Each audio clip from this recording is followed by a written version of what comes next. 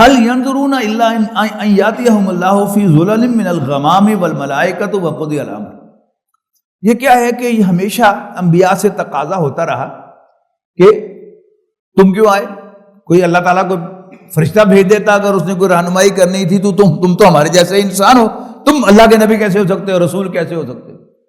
اب قرآن مجید بار بار یہ واضح کرتا ہے کہ فرشتے نہ مانگا کرو، فرشتے تو عذاب لے کر آیا کرتے ہیں، اگر تم چاہتے ہو کہ تم پر عذاب آ جائے تو پھر تیار ہو جاؤ.